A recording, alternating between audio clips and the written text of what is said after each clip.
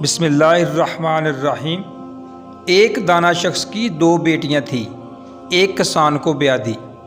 دوسری بیٹی کی شادی کوزہ گر مٹی کے برتن بنانے والا کے ساتھ کر دی۔ سال بعد بیٹیوں کے حال احوال جاننے کے لیے وہ شخص ان کے گاؤں اور شہر چلے جاتے ہیں۔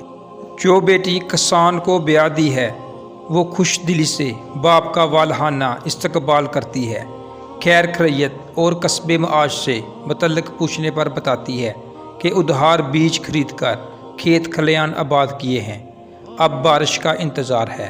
بارش ہوئی تو سمجھیں رحمت، ورنہ زحمت اور مصیبت۔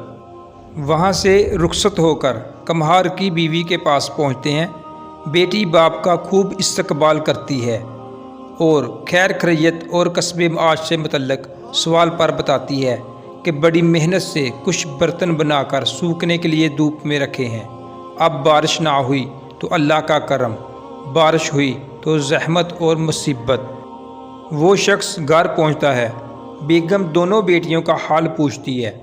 وہ جواب دیتے ہیں کہ اگر بارش ہوئی تو الحمدللہ، اور اگر بارش نہ ہوئی تو بھی الحمدللہ۔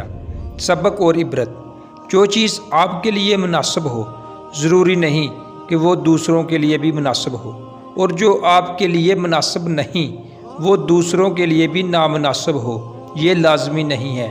یہ دنیا ہے، یہ ایسی ہی ہے، لہٰذا ہر حال میں اللہ تعالیٰ کا شکر ادا کیجیے۔